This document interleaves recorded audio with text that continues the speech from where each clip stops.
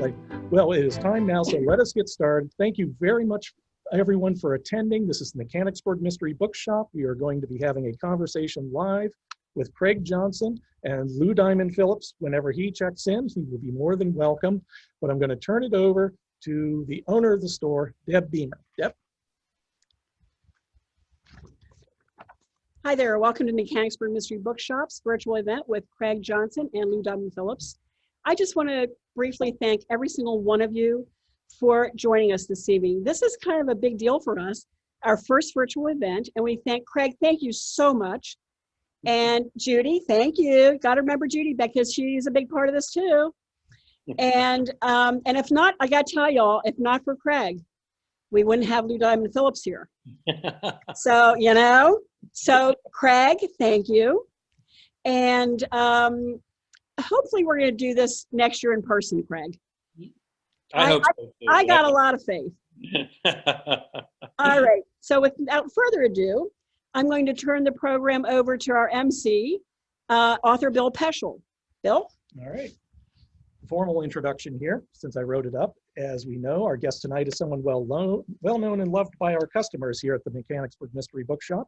He's been a regular visitor to the store for many years, where his amiable presence, his good humor, and his storytelling skills, to me, are reminiscent of Mark Twain. I mean that sincerely, very much so. He is the author of the New York Times bestselling mystery series about the sheriff of Absaroka County, the least populated county in the state of Wyoming, Walt Longmire. And he just released his 18th novel, Next to Last Stand. So please welcome everyone, Craig Johnson. Yes, Craig, thank you very much for coming here. We want to get right into the book. I want to say that the Next to Last Stand came out only 2 days ago and is already getting reviewer attention. The Chicago Sun-Times has made it one of their must-read books for the month among 5 books. And the Book People bookstore in Austin made it their pick of the month as well. And they said that the book contained what I quote, the best MacGuffin since the Maltese Falcon. That's high praise, very much indeed. I understand this book's been in the back of your mind for several years. Is that true? Yeah, it is. It is. Like it was kind of funny like that because I came up with the idea. It was actually years ago like that, and it was whenever the Longmire television series was just getting started. And I remember telling, the producers, about this painting and how, at some point in time I was going to probably write a Walt Heist book, and I thought this would be interesting like that. Well, they took that idea and put it in an episode. I think it was like maybe the second or third episode of the first season. And so I've already had a couple of people contact me and say, well, did you get the idea from the television show? And I'm like, no. They got that idea from me. But that was the big thing. Like that it's always a question of whenever you're trying to write a book, especially if you're going to write one that is very specific to, a historic event or, some kind of like, large scale event, historic in nature, an epic in nature, that you have to find an access point. You have to find some way to approach it and also have something new to say. I mean, if you're just going to, turn around and, regurgitate the same, stuff that you picked up from all of your research, you're really not doing anything interesting at that point in time. And so Cassilia Adams' Custer's Last Fight became my access point to the Little Bighorn, which is only about 90 miles up the road, like about an hour and a half up the highway from where my ranch is. And I knew someday I was going to have to climb that mountain. I just needed to figure out how. And the painting made it possible. Mm-hmm. Absolutely. Okay, so that's the painting itself. And it's on the front cover, and it's actually, once you see it, it is a very famous painting because it's a very, almost iconic because its history of it involves a very famous brewery. It does. It does. I can give you the Reader's Digest, history lesson, involved with this. And most people have not heard of Cassilia Adams. He's not an extraordinarily famous painter. He wasn't that good actually. He was okay like that, but he wasn't great. And he also, was one of those artists, I think, who was a little bit abused in the sense that, a lot of his works, were at that point in time being included in a number of different, anthologies and all that stuff. And so, a lot of times they didn't give him credit so a lot of his stuff, went uncredited. But this one painting that he did about 10 years after the Little Bighorn, he did the painting. Like at that point in time, I guess it was, normal for what they would do is they would do these epic paintings of these historic events. And then what they would do is they would send the painting out on the road. And, this is like before newsreels, before, 24-hour news stations and all of that kind of stuff like it. And so then they would take the painting and send it out, and people would pay a quarter to go in and see it, and they would feel like they were taking part or seeing, this authentic, epic event of American history. And so, this is what they did like that. And the painting came back to St. Louis, which is where Cassilia Adams was living. And they didn't know what to do with the painting like that. And so there was a saloon near the train station in St. Louis, and they offered to buy the painting. And so they bought the painting and they put it up on the wall there in the saloon like that, where it hung for a couple of decades like that. And then, as happens with these type of businesses, an awful lot of the time, they went out of business like that. They went bankrupt like that. And one of their largest creditors was at that time, small brewery in St. Louis by the name of Anheuser-Busch. Let's see, Augie Busch, like, never to miss an opportunity, walked down the street like that, walked in the saloon and said, "You owe me $30,000 for all the beer. What are you going to do?" And they said, "Well, we're bankrupt. We don't have any money." And he looked up on the wall, saw the painting, and said, "I'll take the painting." So they peeled the painting off the wall like that. They rolled it up like that. He took it back to the brewery, and he rolled it out for his merchandising and marketing guys like that. And he says, "We're going to make prints of this painting. We're going to make posters, and we're going to send them to every bar, every saloon, every restaurant, everywhere that they sell Budweiser beer. And by the time we're done with this big promotion, we're going to be a much larger brewery than we are now." And boy, did it work. With a vengeance, it worked. Like at one point in time, they were sending out close to 1 million prints a year of this painting. And so if you don't know Cassilia Adams, I bet you, if you've been in a bar, a restaurant, saloon, or anywhere in the American West, I can just about guarantee that you've seen the painting Custer's Last Fight. So anyway, in a fit of philanthropic zeal, Augie Busch, after he'd gotten his 40 and found out of the painting in the 1930s, donated it to the 7th Cavalry, which at that point in time was located in Fort Bliss, Texas. And so he gave it to them, and they put it up on their commissary wall. And it stayed there until 1946, when one evening the commissary burned to the ground and the painting was destroyed. Or was it? The whole idea behind this particular novel is that maybe that painting survived. And I started doing a little bit of research on it like that. And I was over at the Buffalo Bill Center for the West and the Bradford Britain, and I asked the folks over at the McCracken Library at the over at the Buffalo Bill like that. And I said, "How much would a painting like this be worth nowadays?" And they were like, "Oh, 24, 25, $26 million. And I was like, "That much?" And they were like, "Oh yeah, it's not just the painting itself, but the effect that it's had in American society."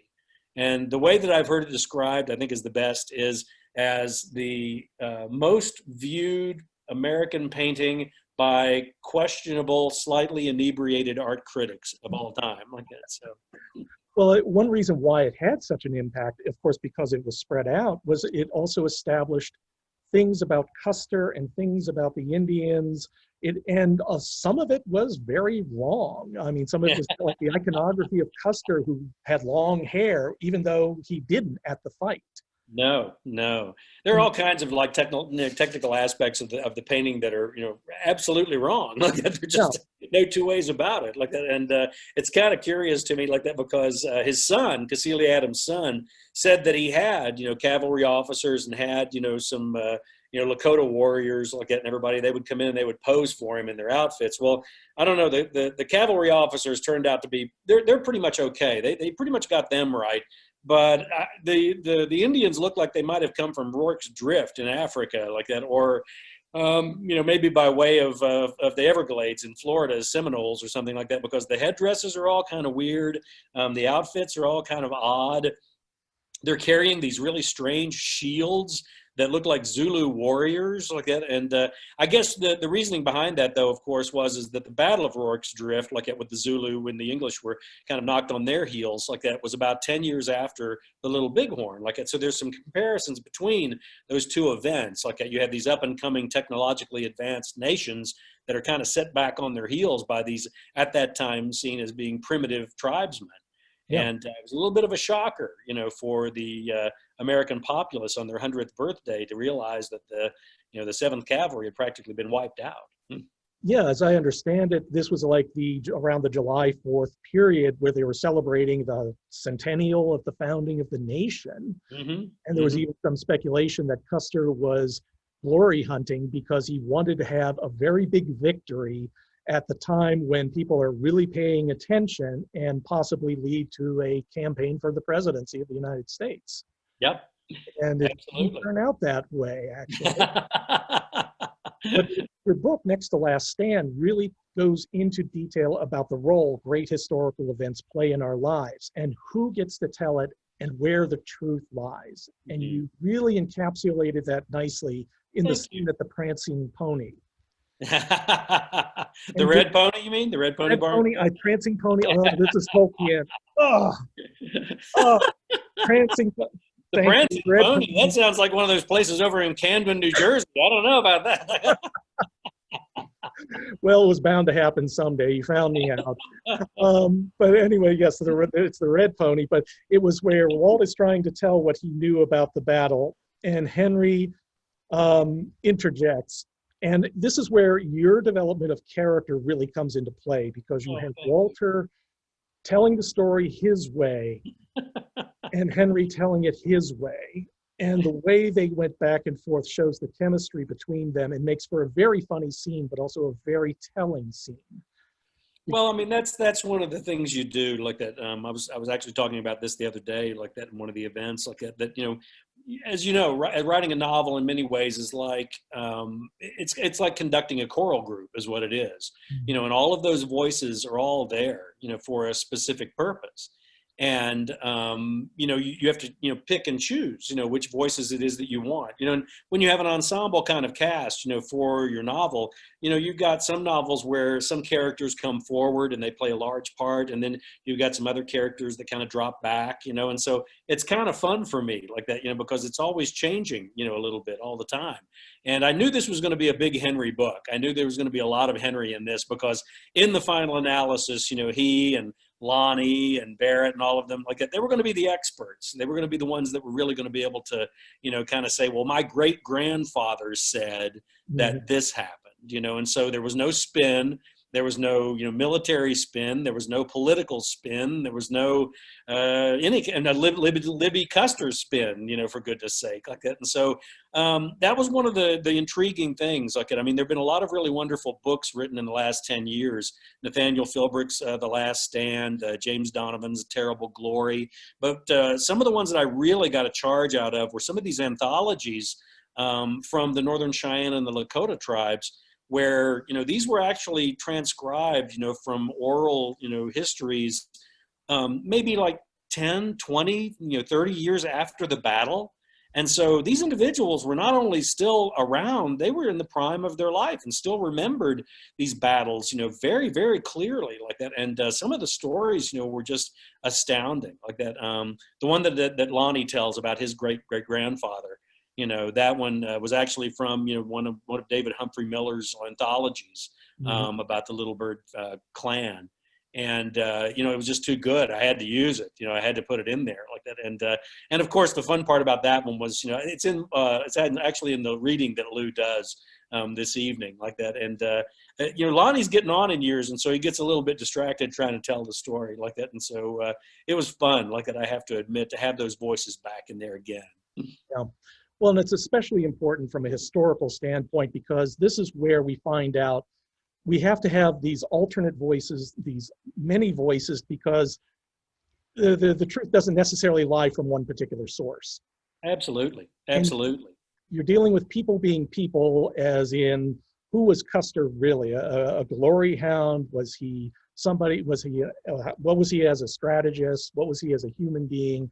Because he obviously had a played a very big role in the disaster at the Little Bighorn. He did. He did. Like one of the best quotes I've heard like that was, I remembered, it being mentioned like that. I remembered the painting being mentioned in For Whom the Bell Tolls, like in Hemingway's book, For Whom the Bell Tolls. And Richard Jordan is talking as a child, or a young man, I guess not a child, but as a young man with his grandfather who doesn't have the highest opinion of Custer. And basically says he was not an intelligent man. He wasn't even a very good cavalryman. But the one thing he did have success in doing was getting himself into trouble. And he also had success in getting himself out of trouble until he didn't. And so I think that might be a pretty good analogy, for Custer. I don't know. That's pretty good. I don't know. He also seemed to have an early grasp of publicity. Oh, yes, absolutely. One of the books in my library is a collection of photos of Custer throughout his life, and it's a substantial volume. He always seemed to be wanting to be in front of a camera and to share the photos with everybody that he could. Oh, absolutely. It was actually, if he had survived, it would have been awe-inspiring to see just how much of an effect, all of that would have had, because he literally was setting himself up, as an early Kardashian, as it were, because, if he had escaped, or if he had had actually won that battle, that was also the period in time, I think, when the country was just starting to make a development towards nationwide publicity and nationwide advertising. And he would have been, the perfect, poster child, no pun intended, like that, for that particular time period, like that. And so, it didn't work out that way, like that. But yeah, he was primed for the period, no doubt. Yeah. But even so, he still became a public figure afterwards, because wasn't there a lot of products that were based off of Custer? Tons of them. Like people don't really recognize it like that, but he was really one of the glory boys like of the Battle of Gettysburg. Yeah. And then also like that, continued on with the Indian Wars like that. And so he was quite popular like that and had quite a following like that. And he probably would have tried to make a run for the presidency like that. If nothing else, to just get under, Grant's, be the burr under Grant's saddle blanket, for goodness sake, like that, because he and Ulysses S. Grant did not get along very well at all. Like that. And so, they kind of, they had some arguments, and I think he actually called, Grant's brother all kinds of horrible names that I can't say on Zoom. How's that? Absolutely. Yeah. Although I think he said something under oath as well, which was even worse, because then it was he did. He get himself into all kinds of trouble repeatedly.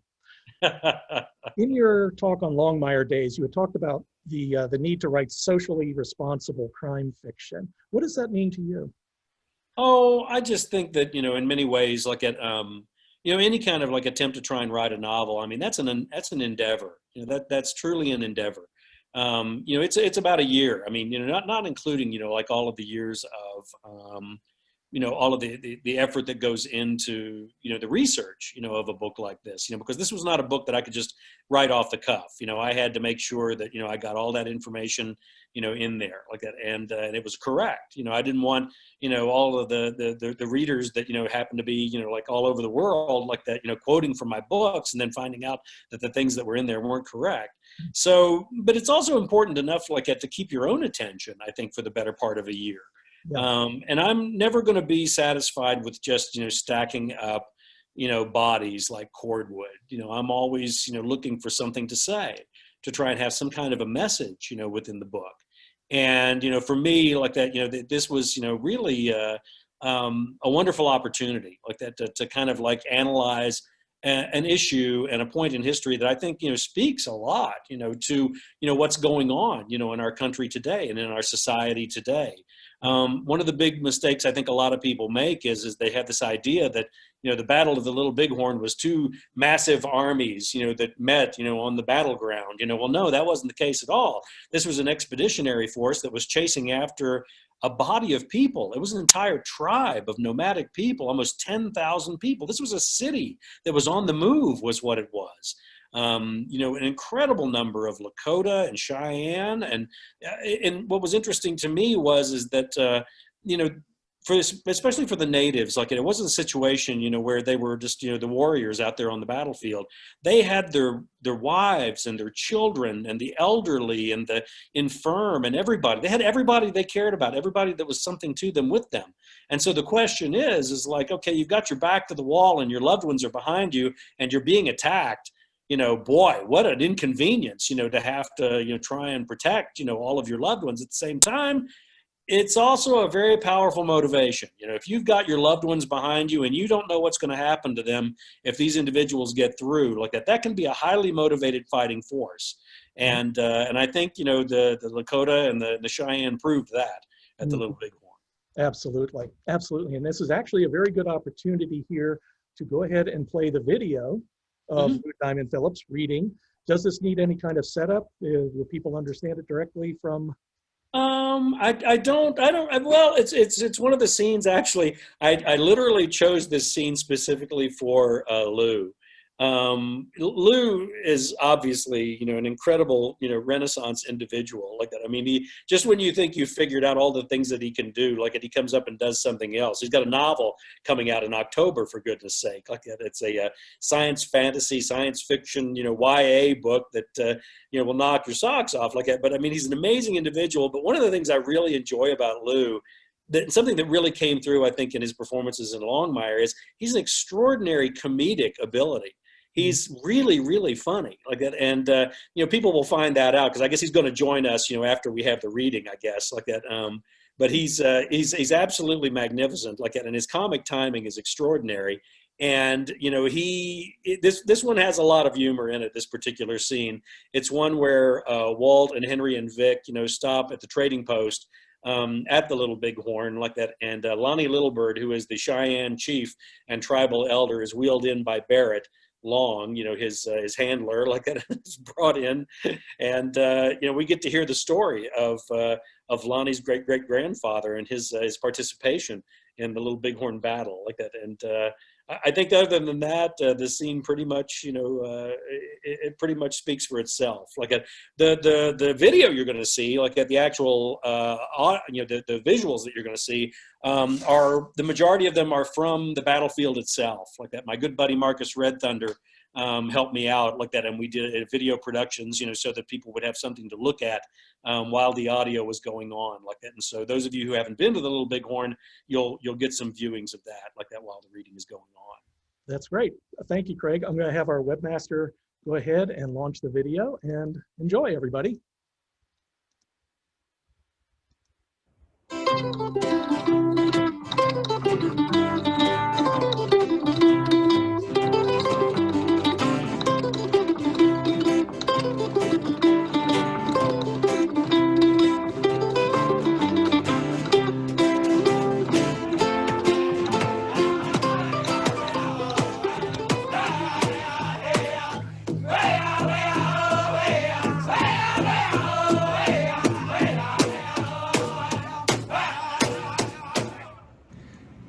The chief of the Cheyenne Nation and tribal elder Lonnie Littlebird was rolled forward to our table.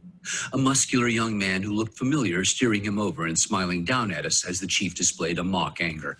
"You have eaten without me?" Glancing up at the young man, he shook his fist. Gone are the days when the younger generation paid tribute and treated their elders with the respect they richly deserved. Yes, it is so. Barrett Long, Police Chief Lolo Long's little brother, extended a hand to Vic, then to Henry, and finally to me before glancing back at Lonnie. "You want a Coke, old man?" The indignity disappeared. "Yes, with ice, please." He turned back to us once the young man was safely out of ear reach. "He is a very good boy." The bear placed a hand on the old Indian's arm, slender with pronounced veins. "How are you, Lonnie?" "My legs hurt." "You do not have any legs." "That is probably why they hurt." He glanced at Vic. She smiled. "Hi. Have we met?" "Yes." He leaned in toward her. "Did we sleep together?" "I don't think so." "Well, hopefully we will get another chance." Yes, it is so." He turned back to me. "Someone has stolen your painting?" I gave out with my rote response. It wasn't really a painting and it wasn't really mine. Ignoring me, he threw the lock on his wheelchair and leaned back like a self-satisfied potentate. When was the last time we worked on a case together? I glanced at Henry and cleared my throat. I don't think we've ever worked on a case together, Lonnie. The time we caught that guy who robbed the Blue Cow Cafe, and then the other one a year and a half ago. He reached out and patted my hand. That was a good case. The one with the girl who fell. We broke that one wide open, didn't we? I glanced at Henry, who shrugged. Yep, we did. You should be looking for a white person. They steal things. He glanced around. They stole a whole country from us. Attempting to distract him, Henry inquired as to the subject of late. They were asking about the Battle of the Greasy Grass, Lonnie. Lost in thought for a moment, he pursed his lips and began speaking. My grandfather fought in this battle, but he never talked about it. He never talked about anything. There was a time when I was growing up that I thought he didn't know how to talk. One time when we were sitting under a tree reading, he farted and closed his book and said, "Excuse me." And I remember looking around and thinking the tree had spoken. Barrett arrived with a Coke and sat it in front of Lonnie. No straw? You said ice. You didn't say anything about a straw, old man. Get me a straw before I run over your big feet with my chair. Watching him go, he turned back to us. He is a very good boy. Puzzled, he stared at the soda. Where was I? The bear quietly urged. Your grandfather? What about him? The Battle of the Greasy Grass? My grandfather, he was there. Henry nodded patiently. Tell us some more. Lonnie gave out with a tiny gasp, struck with recommencing his story. I was going through his dresser drawer one time looking for his pocket knife, something that I wasn't supposed to be doing, and I found something strange in with his socks, a totem or charm. It was shaped like a bird, but with this funny tuft of hair on top of its head. Barrett arrived with the straw and unwrapped it, placing it in the chief's glass and pulling up the chair he'd moved for Lonnie. You still telling that same story, Mahetzel? Seeing Vic make a face, the young man explained. He had another guy who rolled him around and said yes, sir, and no, sir, but he got bored and fired him. He whispered, you might think I'm being disrespectful, but it's just job security. Lonnie waved a hand at him. Hush up and learn something. He turned back to us.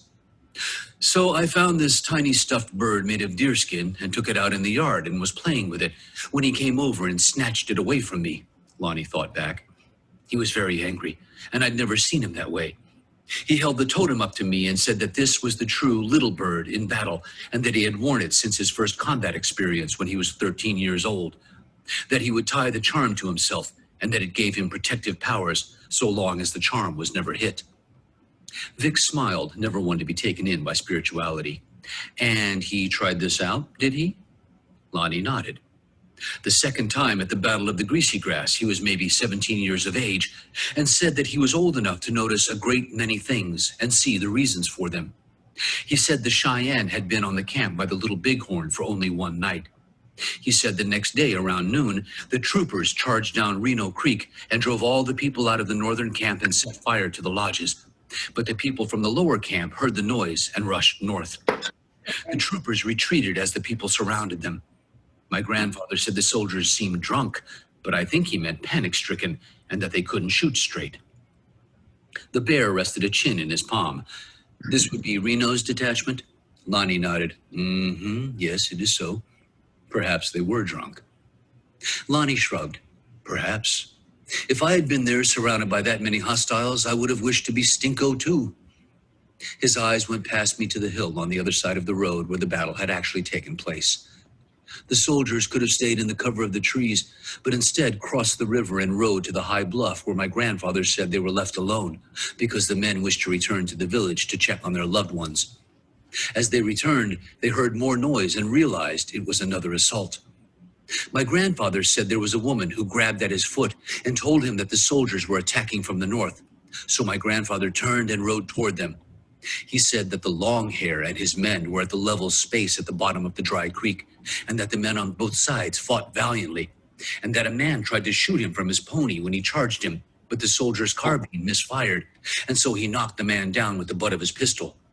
When he turned his horse, the cavalryman was getting up and clearing his weapon and reloading, Raising the gun toward my grandfather, he fired. Lonnie lifted the straw to his mouth as we all waited. Tasting the soda, he made a face and looked at Barrett. "Did you get me a Diet Coke?" "I got you a Coke, old man." Lonnie made a face, licking his lips. "This tastes like Diet Coke." Barrett made an agonizing cry in the back of his throat. Finish your story." "What story?" "The story you're going to tell before I strangle you to death." He nudged the glass toward the young man with his fingertips. "Go get me a real Coke." Barrett folded his tan arms. "Finish the story before I roll you into traffic." Lonnie turned back to us, leaning in confidentially. "Have I spoken of the lack of respect that these young ones have for their elders these days?" The Cheyenne Nation blew his breath out from pursed lips. "You have mentioned it, yes." Lonnie glanced around. "Where was I?" "The cavalryman at the Battle of the Greasy Grass who shot your grandfather," I ventured. "Which time?" "The second, I think." Placing his hands on the table, he reared back. "Misfire. The soldier's rifle misfired again, and my grandfather shot him in the chest." He touched a spot at his sternum. "Here." The hand dropped to his lap. "My grandfather used to say that there were many kinds of men before a battle, but only two kinds after, the living and the dead." He turned to Barrett. "Go get me a proper Coke."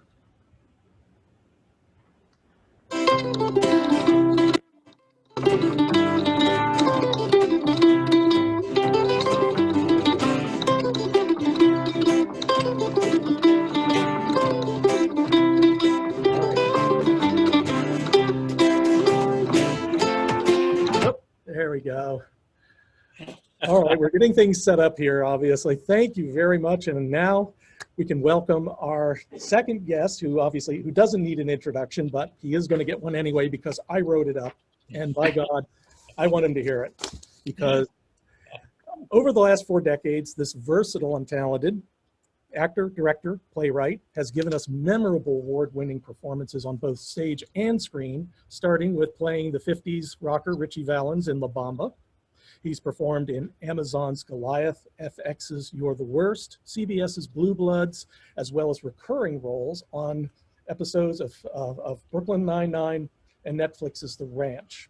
He's also directed episodes of Fear the Walking Dead, Agent of S.H.I.E.L.D., and Longmire, if I understand correctly, where he also played the role, as we know, of Henry Standing Bear during the show's 6-season run. He is currently starring in the Fox series Prodigal Son, and next month, on October 20th, will release his first novel, The Tinderbox Soldier of Indira, for which his wife Yvonne drew the cover and 30 interior illustrations.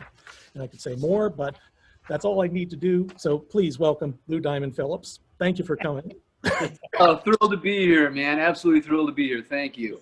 Yeah, absolutely. Before we get to the book, since we've been talking about Custer and the Indians and of course Henry Standing Bear, we've always heard from Craig when he's visited Mechanicsburg about the various casting process and the character process, but I'd like to hear from you as an actor.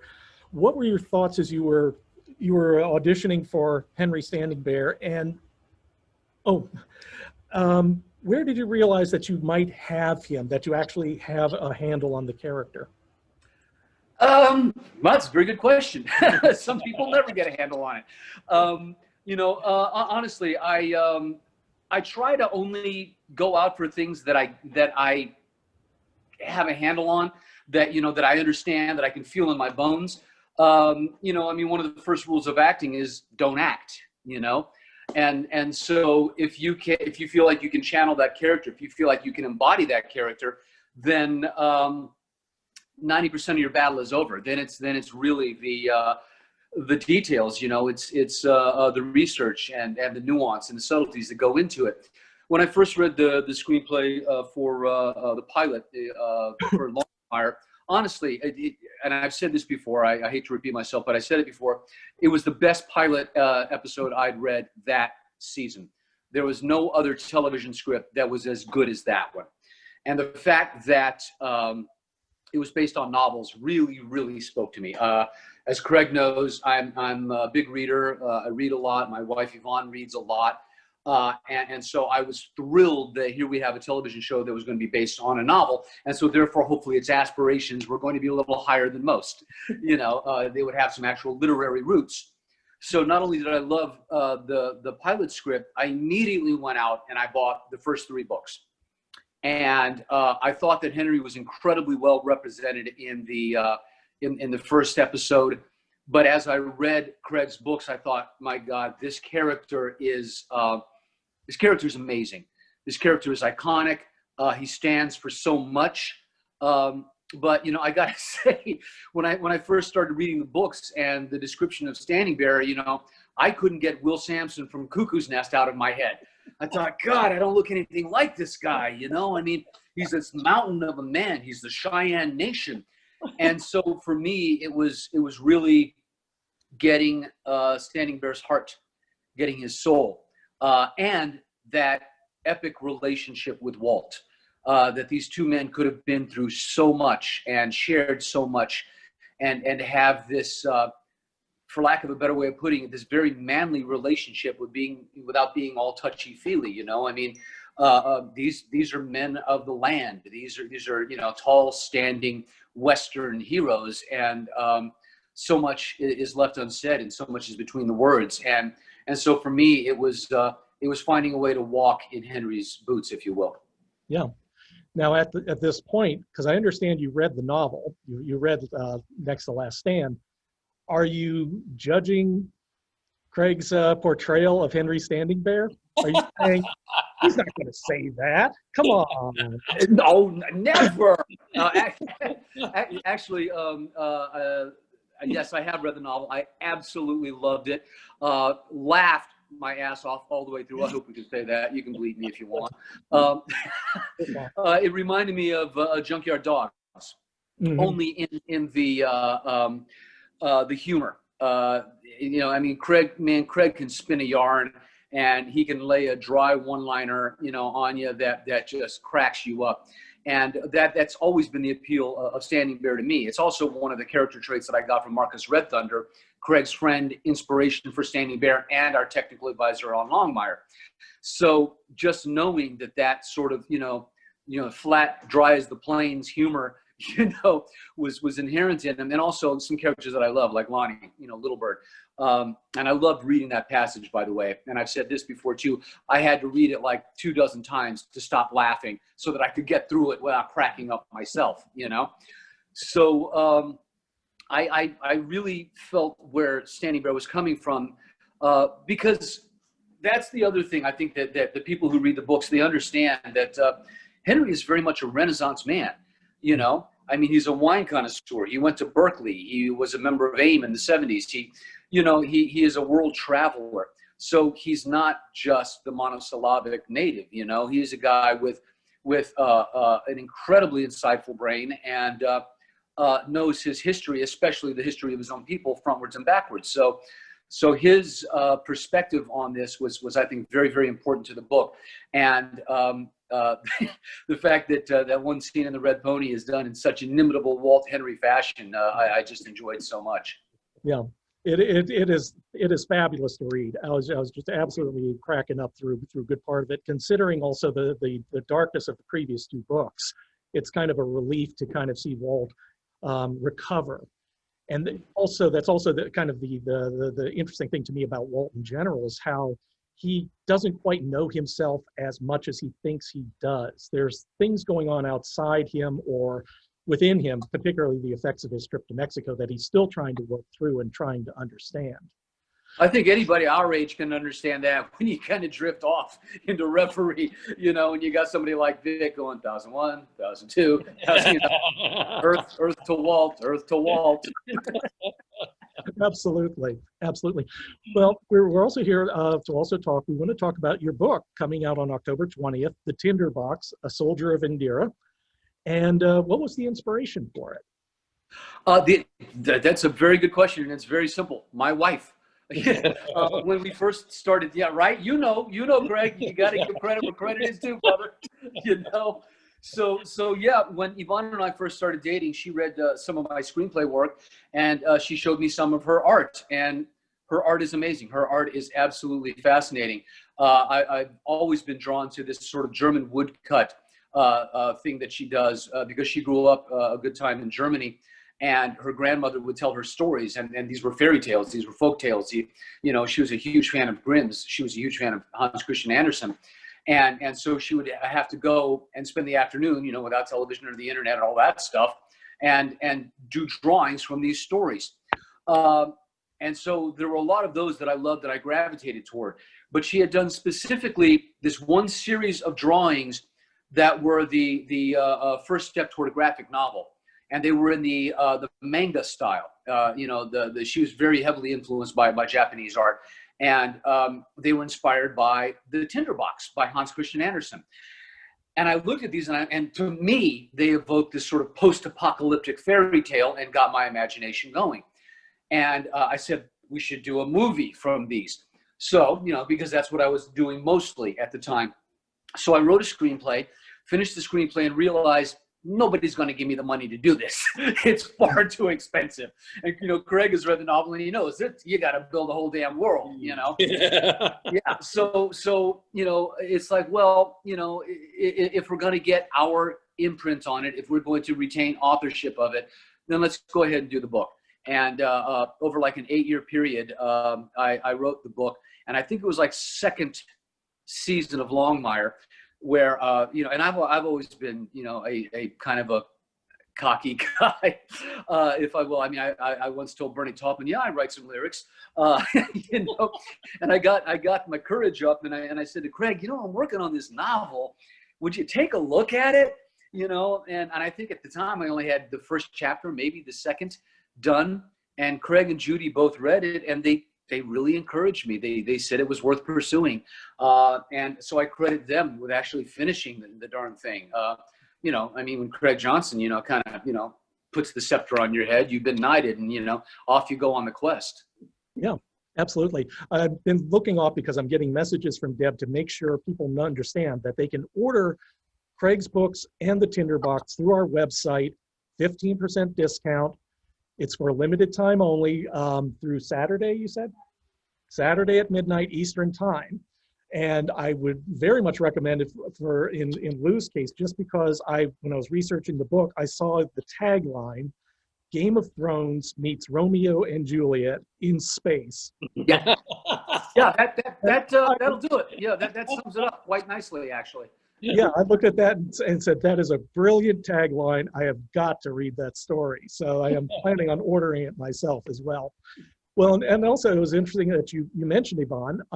Now she posted her art is available, I think, on Twitter and her Instagram accounts. Am I right? Exactly. She posted a couple of teaser illustrations, mostly on Instagram, but also on Twitter. You can see what you're going to get. You know, there are, I think, a handful that she posted that are just sort of stunning, and she's mad at me forever because, you know, she never thought that she was going to be illustrating a sci-fi novel, you know. And I talked about Craig, you know, to Craig with this. I mean, some people call it YA, some call it sci-fi, some call it, you know, fantasy, fairy tale. It's all of those. Mm-hmm. And as a result, you know, her drawings still have that classic old school feel, but they also incorporate, you know, almost a retro Metropolis kind of sci-fi approach, and, you know, some graphic novel sensibilities. So, like the novel itself, they're a great hybrid, and they really are their own creature, and I'm very excited for people to see them. I'd like to mention as well, she is on Twitter at YM Phillips, letter Yes. Y, letter M Phillips. I looked today, and she also has a giveaway at Goodreads. So Yes. if you'd like, go visit her, go visit that. You'll see the link to her Instagram page. I had my daughter, who's an artist. She's also named Lily, as a matter of fact. Oh, there you go. I asked her to look at the art, and she loves Yvonne's color choices. She loved what she saw, and especially she just really was fascinated by the color decisions. Some of them are just absolutely brilliant. Now, speaking of wives and the writing process, because I know Craig, Judy plays kind of a role in your writing process as well. You read your work to her while you're writing it? No, actually, it's worse than that. She reads it back to me Oh, and tells me everything that's wrong with it as we go along. Like that. So, actually, that's not fair. Like that, just because she's sitting over here on the sofa, like that, so I can do that. Actually, what it is I always tell students, I always tell writing students, I'm always saying, have somebody read your work back to you, like that, because if you're just reading it in your head, there's a tendency to kind of solve the problems, and fix things on the fly, like that, and just kind of do an editorial, fly as you go. And that's not fair, like that, because, the reader's not going to have that advantage. They're not going to be in your head. So, they need to be able to, get the best book that they can. And one of the best ways I know of, to find the problems in your manuscript, certainly with dialogue, and Lou can address this, like that, you can read a piece of dialogue, in a manuscript or a teleplay or, whatever, and it reads okay, like that, but then when you say it, it just doesn't sound quite right. Like it may not sound like actual human conversation. The wording might be stiff. Something's wrong, like that. And you don't know that until you hear it. You don't know that until you hear it. And so whenever, Judy reads the books back to me like that, that's what I get out of it. Like I hear all the mistakes that I made, and I can go back, and fix all of those problems. The other thing that I'm always laughing about is that, it's predictability. That's not your job as a writer, to write predictable things. Like I'm always telling students that if you write something and it sounds like something you've read before, guess what? You have. Get rid of it. Go do something else, like that. And the description I always use is the red hot gun barrel swung around under the looming mountains. Well, the red hot, the barrels of the gun is always red hot. The mountains are always looming. All these things. So you need to find a new way, to say that. You need to find a new way to keep the reader engaged, like it, so that they're not just like falling asleep at the end of a busy day. You want to be the one that kind of keeps them up until 2 o'clock in the morning is what you want to be. right. And I got to say that Craig gave me that advice as well, and I had the added difficulty of the fact that I set this in space, in a galaxy far, far away, so I had to avoid earthbound metaphors. None of my characters move like a cat or sleep like a bear. I took out virtually all references to earthbound creatures, and I had to make stuff up. So my metaphors were very original in that respect. The only thing that really does appear are dogs, because there are dogs in the original Hans Christian Andersen story, except I turned them into something else. Right.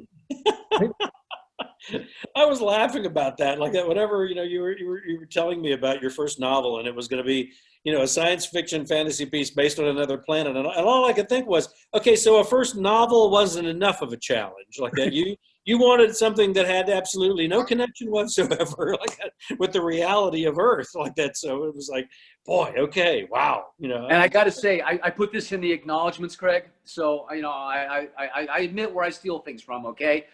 Your idea after reading that first battle scene, and you said, why don't you magnetize the broadswords? I was like, wow, that's cool. I've never seen that. So there are magnetized broadswords in the tinderbox. I love the idea. That is magnificent. I would also ask about your handling the characters as well, because I would assume as an actor, you're used to dealing with one character. That you're going to play. And here you're putting out not only a new world that you're designing, but also all the characters that you're fulfilling, but they're characters that are not like you at all. Did you find that a challenge, and how did you rise to it? Yes and no. Only in the respect that, thank goodness I've played more than one character in my life. Yeah. I've played everybody from, Richie Valens, who was incredibly sweet and incredibly optimistic, to, Richard Ramirez, the real life serial killer, the Night Stalker. So every one of those characters that I played as an actor, the cardinal rule is you don't judge your characters. You do your best to subjugate your own ego to your character's worldview, and then you embrace that. And so for me, it was simply putting myself into those shoes, and having lived some life and having done some baggage and, been around the world and, done a lot of different things, and also being a father and a husband and understanding hopefully that mindset as well, and being able to, once again, to use this metaphor, walk in someone else's shoes, I'm able to figure out motivations and inner lives and all of that other stuff. So for me, and having written screenplays, the dialogue was the least of my worries. It became a different thing altogether to put it into prose and create a book that flowed. And, as you can tell, I'm very verbose, so editing was important for me. Craig, you've mentioned about and this is going to sound silly in a way, but I think I want to go for a deeper point about the importance of character in your work, and how what I find fascinating. I've done a lot of reading, and I even committed book reviewing back in the 90s for newspapers, so I was exposed to a lot of dreck. But what I find amazing is how you're able to get the voice of your characters so strongly imprinted on me that I can hear Henry and I can hear Vic and your other characters. Is there a point in your creative process when you're creating a character, when you see you do something or decide on something and that character comes alive to you? Oh, absolutely. What part of that would it be? Well, it's tricky too, like that, because I mean, you start in on a character like that, and sometimes, as the draft, when you do that first draft of a novel, the biggest problem that you run into like that, I think, when you're first starting out, is an awful lot of the characters sound alike. Whenever I'm reading a lot of young authors' works, a lot of the characters sound alike, and you're never quite sure who it is that's speaking like that, and so they have to tell you who's speaking all the time. And it was interesting like that, because George Guidall, like who does the audio versions of my books, he was the one that kind of tripped me up.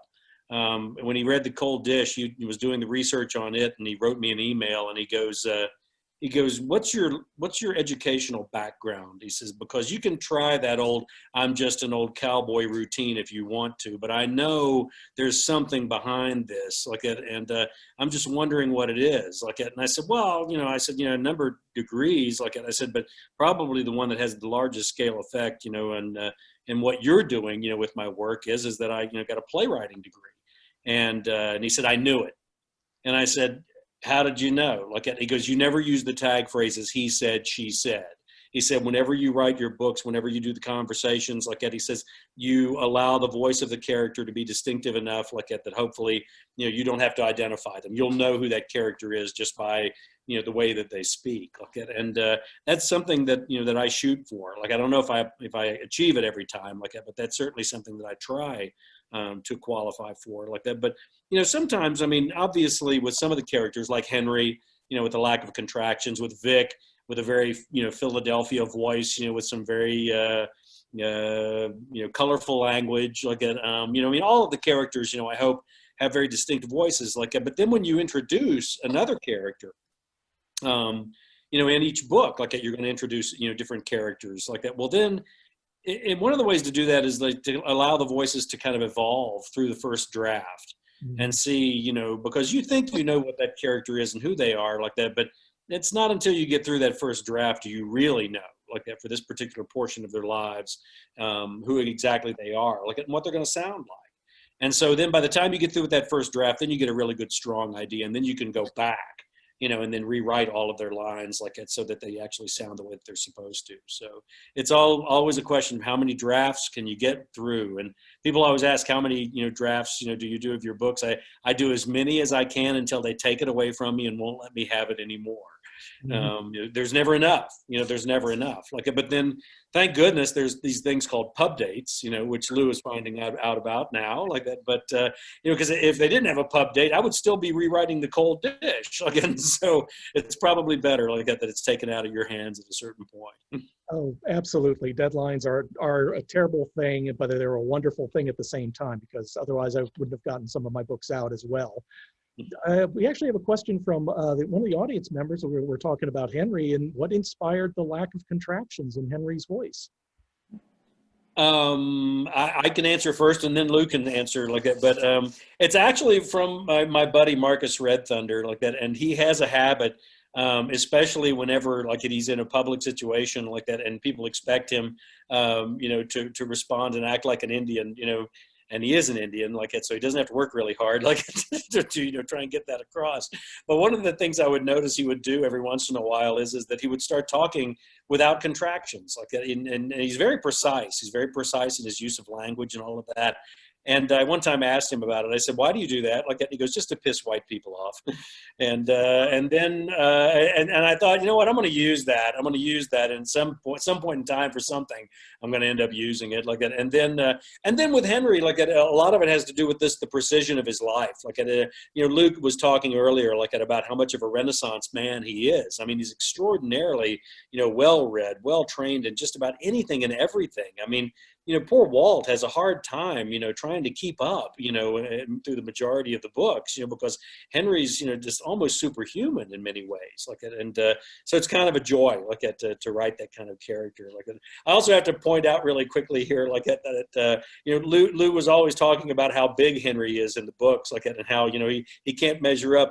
There's I think a little bit of a misunderstanding with an awful lot of people that don't think that Lou is a very big guy. Lou is like 6'1", for God's sake. He's a big guy. The problem is, and I'm going to say this even if Lou won't say it, when he was in Young Guns, he was about a foot taller than all the other guys that were in the movie. And what they would do is they would stick him on the shortest horse and make him stand in a hole so that they would all look like they were the same height. And I heard that and I thought, really? Now, come on, really? And then I started looking at the production stills, for Young Guns, and there was Lou standing in a hole every time. And so yeah, I'm in the back. I'm on the shortest horse.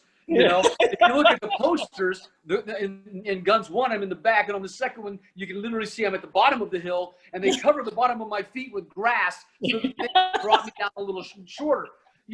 And so, yeah, I was the tallest Young Gun. But I get on the set of Longmire, and freaking Taylor's like 6'3", 6'4". Bailey Chase is 6'2".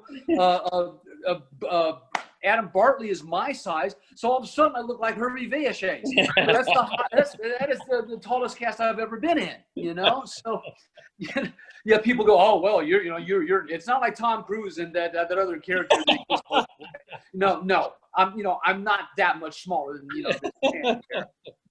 I'm not Will Sampson.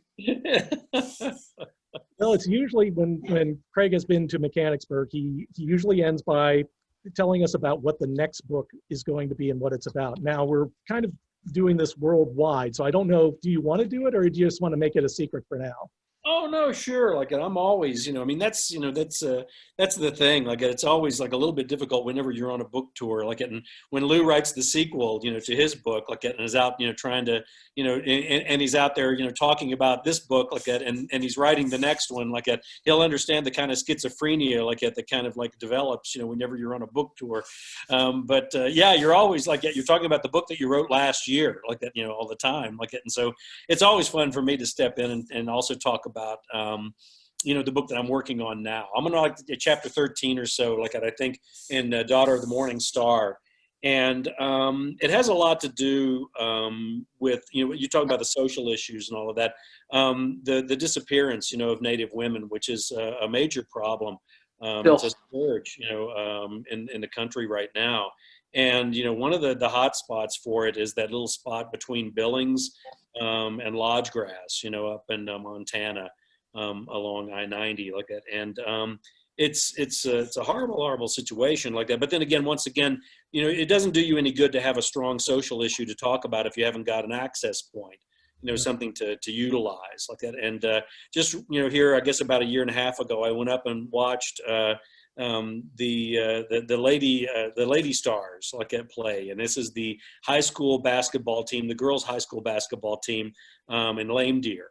And it was just astonishing to see, the Res basketball has an incredible heritage, going all the way back to Fort Shaw, when I believe it was 1922, I think it was, whenever their high school basketball team went to the World Fair and defeated every other team, that they were astounding, that they were basically world champions, in basketball.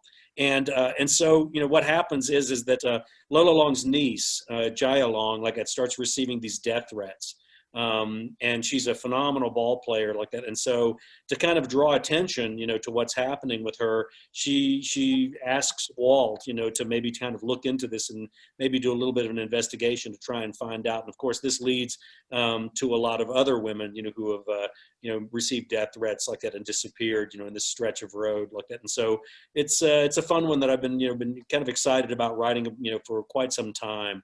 And it's another book that takes place, on the back on the res again. So I've had to go back like that and kind of reread all of my res books like that, specifically As the Crow Flies like that, and a number of others like that. But once again, these characters, once again recirculate through like that, and Lonnie and Barrett and everybody are in this one also like that. And so it's kind of a twofer as far as that's concerned. It sounds fascinating, and I really can't wait to read it. So I'll let you get back to work. We're almost at 7:30, so Deb wants to have to say something, and then we're going to be cutting you off, and we're going to have to say goodbye here. But it was really a pleasure personally talking with both you, Lou Diamond Phillips, and Craig Johnson. But here's Deb to finish us up. I just wanted to say thank you so sincerely to all the fans, Craig's fans, Lou Diamond Phillips fans, for joining us this evening. And for all the practices we did. You've been very patient with us, so I thank you so much for that. And a special thanks to Craig and to Lou Diamond Phillips for sharing your time with us this evening and really making this a special event. So thank you very much. And I guess, Lou, as they say in Hollywood, that's a wrap. Wave goodbye, and we're going to end it right here. Again, thank you all, folks, and I hope you come back when Craig's able to visit with us again. All right, bye-bye. Thanks, Lou. Thank you. Thanks, everybody.